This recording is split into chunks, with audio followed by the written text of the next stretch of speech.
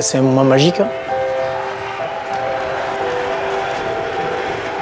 Il faut savoir en profiter, c'est une fierté aussi et un honneur pour moi parce que ce stade, ce maillot et ce club, ça représente énormément pour moi. C'est toute ma carrière rugby, c'est le club qui m'a vu grandir, donc j'en ai profité. Voilà, je savais que ma famille était dans les tribunes et donc c'était un moment magique mais court et intense. Donc celui-là, il restera gravé quand même toute ma vie. Je représente le club pour les gens, ce qu'attendent les gens dans ce club-là et quand on porte ce maillot. Tom, il le connaît par cœur, il le sait très bien. Mon cœur, il est catalan à 100% et je suis tombé complètement amoureux de ce club, donc j'essaie de lui rendre un peu tout ce qu'il m'a apporté.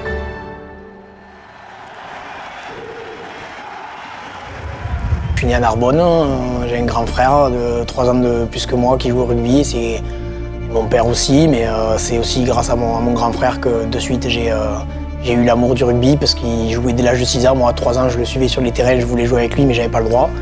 Donc dès que j'ai eu 5 ans et demi, on m'a pris à l'école de rugby de Narbonne et que j'y suis resté jusqu'en cadet. Et à l'âge de 16 ans, Bruno Roland et Paul Foussat, Bruno qui était à l'époque directeur du centre de formation est venu me chercher, il m'a appelé, l'USAP était en top 14, Narbonne en 2e division pour les deux. Donc voilà, j'ai pas hésité. Alors à ce moment-là, on est dans les années 2008-2009, donc ça date un petit peu. Je suis en charge à ce moment-là du centre de formation. Tom avait des qualités, il était assez précoce en fait. Il était très jeune, puisque c'est le joueur le plus jeune qu'on a recruté à l'époque au centre de formation. À ce moment-là, on recrutait plutôt des joueurs majeurs. On recrutait à partir de 18-19 ans.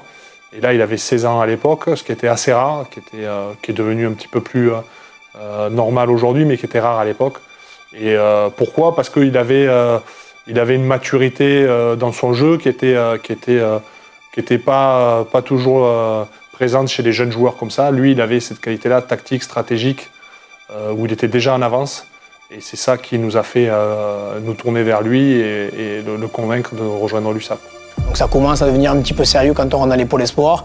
Et c'est vrai qu'une fois qu'on intègre le pôle France, qui n'existe plus maintenant, enfin ils y vont plus en tout cas à l'année. L'année du pôle France, qui concernait les moins de 18, les moins de 19, ils partaient à Marcoussis. Et là, même chose, ils étaient du lundi au vendredi à Paris, ils redescendaient que le vendredi soir pour intégrer le club. Et bien quand on intégrait ça, on commençait vraiment à rêver et à se dire voilà, il faut continuer à bien travailler dans le rugby, à continuer à faire des études parce que c'était obligatoire à ce moment-là, mais continuer à être bon pour se dire qu'il faut réussir et être professionnel. Donc ouais, c'était une étape un petit peu voilà, qui commençait à devenir de plus en plus sérieux. L'aventure qui commence les gars, ça reprend à zéro là. Tous ensemble, le nouveau groupe. C'est l'aventure qui commence entre nous aujourd'hui. C'était un petit peu comme le baptême de Joinville, c'est-à-dire qu'il dormait à demeure du lundi jusqu'au jeudi à Marcoussis, sans bouger, donc ils avaient tous une chambre attribuée. De temps en temps, bien sûr, on faisait le tour des chambres pour savoir dans quel état elles étaient.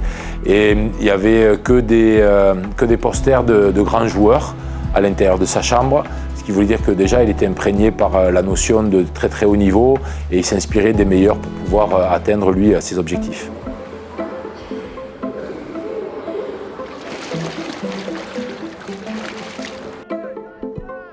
Forcément, Marcoussis, les infrastructures, c'est incroyable. Donc avec Tom, ben voilà, un rêve de gosse, j'ai envie de dire aussi. Bon, on dépend de la Fédé, on porte les affaires floquées avec le coq. Donc je pense que pour Tom ou pour moi, ça a été quelque chose, un rêve éveillé, quoi. Toute une année un peu assez incroyable. Et voilà, un cap dans une transition entre le côté rugby jeune, je dirais plaisir et copain. Et alors on garde ce côté-là, mais on se rend compte que y a le côté professionnel qui rentre rapidement en jeu. On apprend le rythme d'un professionnel, on s'entraîne tous les jours, donc matin, on fait les études le soir, pour faire nos études, mais après toute la journée on fait du rugby, muscu, comme un joueur pro. Il faut être prêt à s'entraîner tout le temps. Des coachs étaient, pour le connaître encore, qui étaient exigeants sur le plan individuel. Donc on commence à avoir nos routines et mentalement il faut tenir le coup, quoi. Et Et ça forge le caractère. C'était un gamin qui était de suite attentif, qui était impliqué, qui avait de grosses valeurs sur le don de soi, sur l'engagement. Son poste numéro 9 implique beaucoup dans la stratégie, dans l'aspect dimension de gestion aussi de l'équipe. Les gars, on le savoure, ce moment on les savoure. On se regarde tous dans les yeux, la fierté. Pas d'émotion, on est serein. Le début jusqu'à la fin. Non, juste un peu monter là. Ça tire quoi, se faire un plaisir. Tous ensemble, on est carbossés ces mecs. On se regarde dans les yeux. Une bande de copains qui va se faire plaisir sur le terrain. Rien que ça. Gérald, je pense que pour beaucoup de joueurs qui sont passés au Pôle France, il a su pousser tout le monde individuellement pour progresser. Il te lâche jamais, donc tu es obligé de lui rendre un peu cet investissement. Et donc pour ça, c'est un bon entraîneur. Ouais. Vous avez une mission quand même, c'est de me ravitailler en rouski. Peut-être pas toutes les semaines. Il y en a qui savent ce que c'est. Oui, d'accord, voilà. Donc on s'arrangera, on mettra un petit truc en place. C'est pas de drogue, hein, vous inquiétez pas, c'est juste un petit truc entre nous. C'est juste une petite drogue pour les Catalans. Un symbole, c'est un clin d'œil qui soit attaché à la région comme nous. Mais après, c'est pas pour autant qu'on se sent plus intégré parce que l'entraîneur aime les rouskis le lundi. Je vais signer un contrat sûrement la semaine prochaine de 3 ans professionnel, donc c'est un rêve et un objectif qui se concrétise. On s'est projeté très vite sur le fait qu'il pouvait jouer, que ça pouvait être un joueur professionnel de notre club. C'était un joueur qui était titulaire avec les moins de 20, buteur, gros caractère, grosse compréhension du rugby et donc très vite, en plus, quand vous passez par les moins de 20 en étant titulaire, forcément vous êtes un peu plus sur les projecteurs quand vous êtes jeune. C'est un peu plus facile pour les entraîneurs de l'équipe pro de savoir et de vous identifier comme un potentiel. Quand on est jeune, qu'on commence à arriver, qu'on arrive dans un vestiaire fort où il y a des légendes du club, hein, comme Pedro, Zaza ou Guindoul. Moi j'ai commencé, il y avait Perry et Rimas qui m'aidaient d'arrêter quand j'ai commencé à m'entraîner. J'ai fait ma première prépa avec eux, avec les pros, avec Rimas et Perry. Donc il y avait un vestiaire énorme. Et quand on est jeune, c'est difficile des fois de prendre sa place. Et comme on a été un groupe de jeunes un peu tous de la même génération, ça aide à se retrouver, à se mettre en confiance aussi. Il arrive là, pas du tout sur la pointe des pieds, à sa place, parce que c'est quelqu'un de très respectueux, à sa place. Mais en même temps, on sentait bien l'ambition qu'il avait de prendre une place de plus en plus importante à l'intérieur de l'effectif. Il savait les étapes qu'il faudrait respecter, mais très vite, on se projetait en disant qu'il allait faire partie de l'effectif pro de l'USAP. J'ai signé son premier contrat à l'USAP et en tout cas le dernier en date, on l'a signé ensemble. Donc on a évolué entre guillemets sur ces 14 années ensemble. C'est un joueur qui a été très précoce, très jeune, et ensuite qui a eu un temps de maturation nécessaire parce que physiquement, forcément, il n'a pas des aptitudes, il m'excusera de dire ça, mais il n'a pas des aptitudes innées forcément énormes. Donc il a dû absorber aussi les exigences de l'équipe professionnelle. Il est plutôt petit, il est plutôt mince, il n'a pas la meilleure passe du championnat, le meilleur jeu au pied, mais donc il a dû prouver à un moment donné qu'il était à ce niveau-là. Ce qu'il a fait, voilà, il n'y a aucun doute là-dessus, mais ça a été fait de labeur, de résilience, de courage, hein, et un peu tout ce qui correspond à ce qu'on est ici, voilà, où on n'est pas les favoris de la réussite. Et donc, si on veut l'acquérir, fatalement, ça nous demande plus de sueur à nous. Et lui, il a compris de suite ce que ça voulait, ce que ça représentait. Donc, je pense que je ne connais pas ses mensurations exactes, mais avec le gabarit qu'il a et ce qu'il est capable de faire en défense, se jeter dans les genoux, dans les jambes, mettre son corps en avant pour l'USAP, c'est quelque chose que je trouve magnifique parce que voilà, il n'est pas doté d'un énorme gabarit et d'énormes qualités physiques. Et ce qu'il arrive à faire aujourd'hui, pour moi, c'est quand même exceptionnel.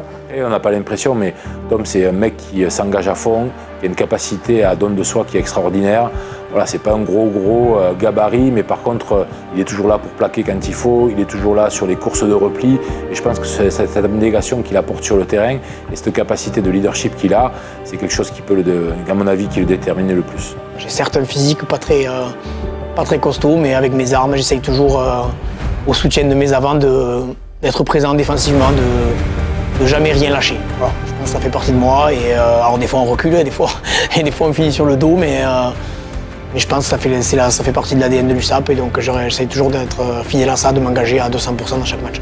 On sent bien dans ce club que c'est pas uniquement du rugby, qu'il y a autre chose en jeu et qu'on défend autre chose simplement que notre ligne de but ou quoi que ce soit. Et ça transpire un tout petit peu. Donc moi ce que je veux, c'est que l'USAP continue de transmettre ce genre de valeurs.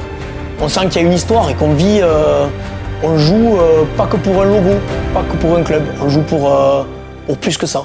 Tom, lui, il a compris depuis le début. Voilà, parce qu'en plus, il n'a pas eu à faire trop d'efforts. C'est dans son caractère aussi. C'est un gagneur, c'est quelqu'un qui a toujours dû prouver. Pour moi, sa force, c'est son mental de vainqueur. Il n'aime pas perdre, c'est un mauvais perdant, il a un sale caractère. Vous jouez au jeu de société, à la play contre Tom ne veut pas perdre. Donc évidemment qu'au rugby c'est la même chose. Parce qu'il faut le dire, même si c'est pas le plus bankable, que c'est pas une grande star, ça fait des années qu'il est là, et à un moment donné, s'il est là depuis des années, c'est pas un hasard, c'est qu'il a quelque chose en plus.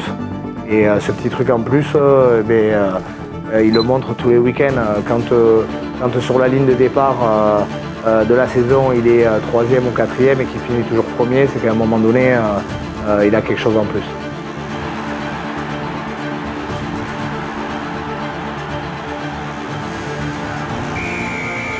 Il a connu, on va dire à son arrivée, les années où l'USAP était champion de France, finaliste, et ensuite les années un peu plus dures par la suite, notamment avec la descente. Moi, je me souviens, quand je reprends le club en 2013-2014, c'est la grande descente, entre guillemets, en D2, avec toutes les conséquences de plein de joueurs qui ont quitté le club. Tom ne l'a pas fait, il ne mangeait pas de ce pain-là. Et donc il est resté, ce qui aussi est malin de sa part. Ça lui a permis, à ce moment-là, en étant en Pro D2, lui de pouvoir trouver sa place un peu plus facilement que si on était resté en top 14 où il y avait une concurrence très rude. Et ça lui a permis de s'imposer et de devenir le joueur qu'il est aujourd'hui.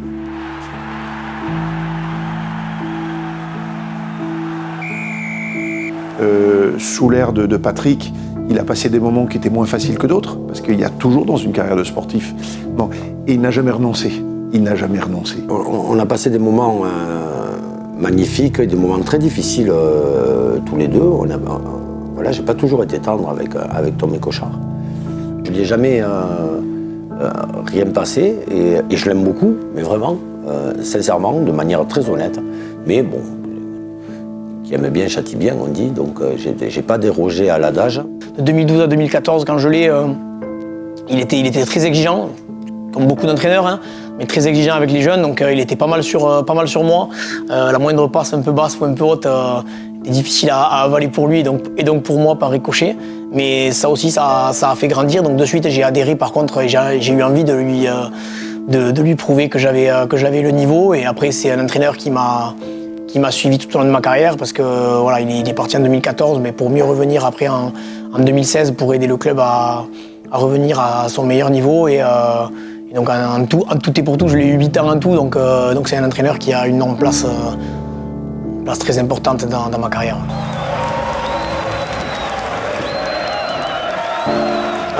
On fait une super année, c'est vrai, 2017-2018, on est champion. C'est vrai qu'en 2016-17, j'avais beaucoup joué, mais à ce moment-là, je suis encore en phase de progression. Hein. J'ai 24 ans, donc je suis encore jeune. On me donne voilà, on est champion en 2018, ma fille s'en va, j'ai ri du capitana en 2018.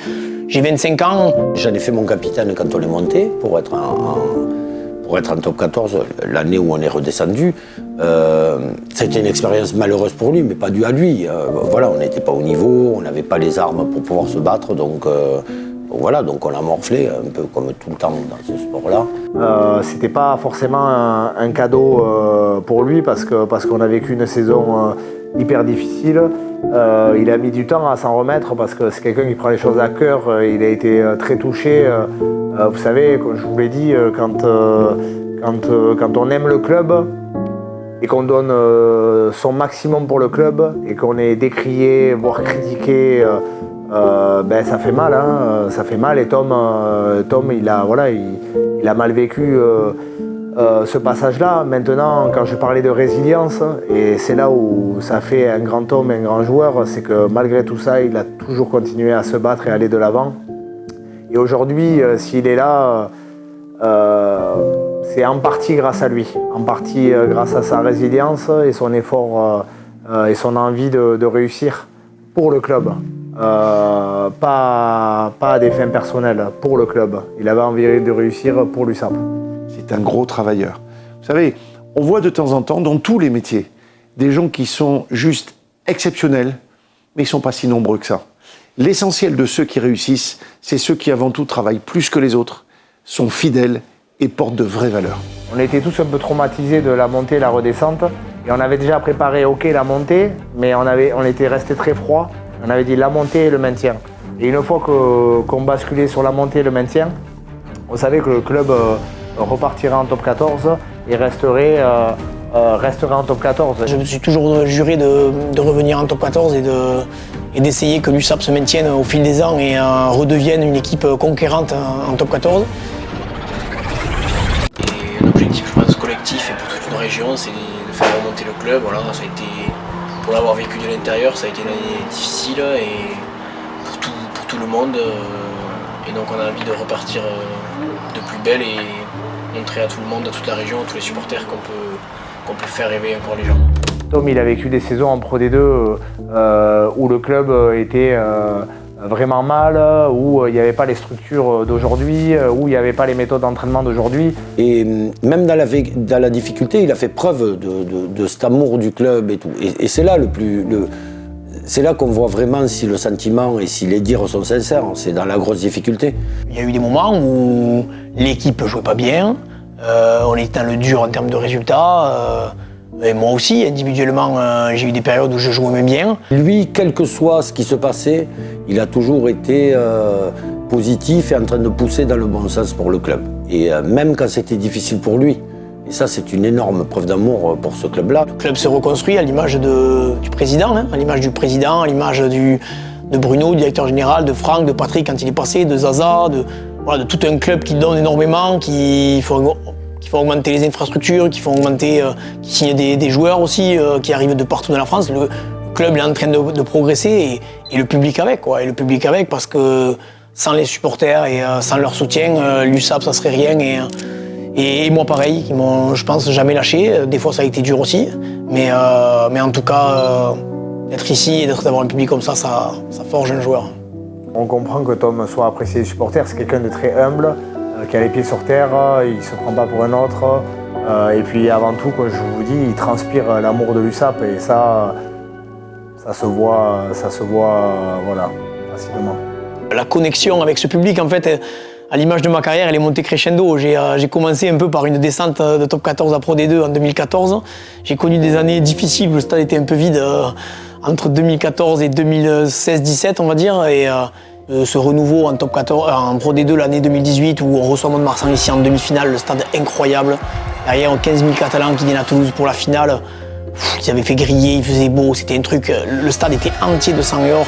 J'avais l'impression que, en termes d'ambiance, c'était incroyable. Et bon, avec l'USAP, je vois pas comment ils peuvent faire plus encore. Et au final, ça a commencé, ça a encore repris l'année où on se maintient avec l'Access Match à Mont-de-Marsan où on gagne. Des Catalans de partout, l'envieillissement du terrain, c'était fou. L'année d'après encore, toute l'année, les déplacements, Aimé Giral qui est en train qui montait en puissance et on finit à Grenoble où c'était incroyable, quoi. On était de nuit, on voyait de la fumée sang et or partout dans le bus, on voyait rien, du catalan partout.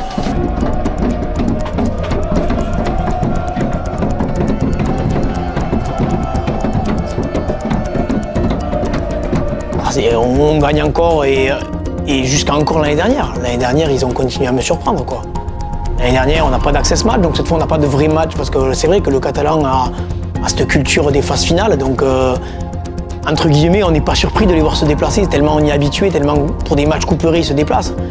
Mais l'an dernier, ça a été constant toute la saison. Toute la saison, le public, les supporters, Aimé Giral, il était en feu tous les week-ends, tous les déplacements à l'extérieur, à Oyonnax, à Montpellier, à Castres, partout, c'était incroyable. Il y a eu, en fait, j'ai l'impression qu'ils ont commencé vraiment à croire en nous et ils nous l'ont rendu x10, quoi.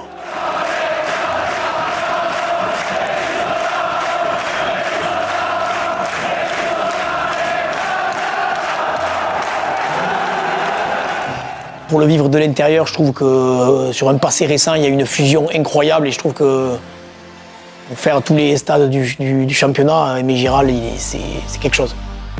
Aimé Giral, quand tu es un amoureux du rugby, tout simplement c'est un rêve. C'est un rêve parce que c'est une place emblématique et forte du rugby français. Et quand tu dis Aimé Giral, voilà, ça a une connotation. Tout le monde de suite a une image, quand on parle d'Aimé Giral, tout le monde a une image de ce stade plein, de cette ferveur autour de l'USAP. N'importe quel joueur qui arrive ici, il y en a qui arrivent et qui ont fait des demi de top 14 et qui en une saison de milieu de tableau prennent une claque. Parce qu'il y a une pression plus qu'ailleurs et puis cette identité catalane, ce drapeau, on le joue en bleu-azur mais il y a du sang et or partout. C'est ce qui m'a attiré moi quand j'étais jeune, c'était de voir ce stade avec les tifos, l'ambiance. C'est un club qui est ancré dans la culture catalane, qui est cher aux Catalans. Et surtout, je pense que c'est aussi les anciens qui me l'ont inculqué, cette émotion d'Aimé Giral, le respect du stade, quoi, de notre maison, de notre jardin, voilà, les 15 000 Catalans qui se réunissent ici, qui poussent derrière leur équipe. Voilà, tout ça, pour moi, ça a représenté énormément. Il y a eu beaucoup de gros combats ici, de matchs, beaucoup de grands joueurs qui sont passés. Donc tout ça, ça se respecte. Et à chaque fois que je rentre là, à chaque fois que j'enfile ce maillot et que je rentre sur Aimé Giral, il y a beaucoup d'émotions. Et donc on a toujours une bonne boule au ventre avant de rentrer. C'est ce qui permet de se surpasser. Tom, pour moi, c'est exactement l'incarnation, voilà, de ce qu'on veut pour un club de rugby, si on parle en termes d'idéologie, mais pour l'USAP en l'occurrence, c'est le style de joueur qu'il faut à tout prix pour faire vivre ce club-là. Ouais, c'était incroyable. J'ai eu un peu d'émotion sur le terrain. J'en ai encore un petit peu, franchement. Le public il était incroyable cette année. J'ai vécu vraiment des super moments avec l'USAP. Et je pense qu'aujourd'hui, il y a quelque chose qui s'est construit, mais tout est remis en question après, en fonction des résultats et selon les années. Donc, ce qui est le plus important, c'est ça. Donc voilà, les joueurs qui ont porté le maillot cette année, ils ont fait honneur à ce blason. La saison dernière, 23-24, pour moi, elle reste dans mes meilleurs souvenirs de ma carrière. Je trouve que là, les 3 dernières années, que ce soit la dernière année, je trouve qu'il a atteint son plein potentiel, il est en accord avec lui-même, il est en accord avec le jeu proposé, c'est un jeu qui lui va très bien, il colle au ballon divinement bien. On n'a pas gagné de titre, on a juste fini 10e. Mais pour moi, en termes d'émotion avec le public, en termes de résultats, en termes de performance collective et aussi pour ma part, parce que j'ai beaucoup enchaîné, ça reste un de mes meilleurs souvenirs aussi. Les garçons intelligents en général, ils sont de meilleurs en meilleurs et c'est sur les dernières années de leur carrière qu'ils sont les meilleurs. C'est les garçons intelligents. Voilà. Donc les autres, ils profitent de leur qualité dans un premier temps et puis après ils se trompent sur tellement de choses. Lui, c'est un garçon intelligent. Donc c'est maintenant que c'est le meilleur pour moi.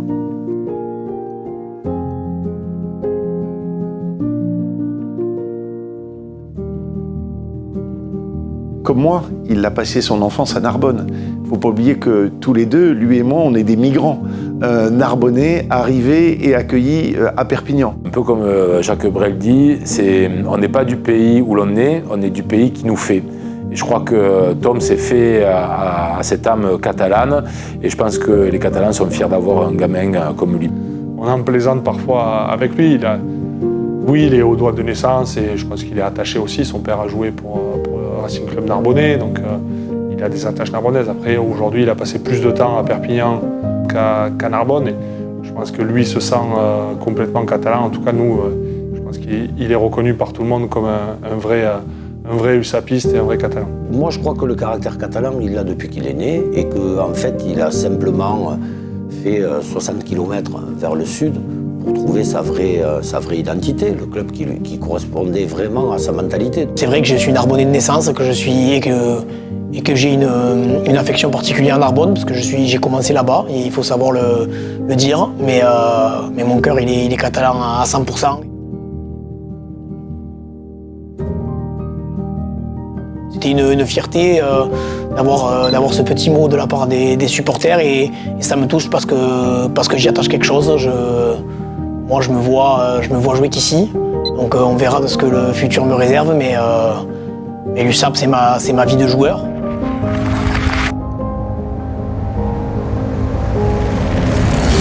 Je suis tombé complètement amoureux de ce club, donc j'essaie de lui rendre un peu tout ce qu'il m'a apporté.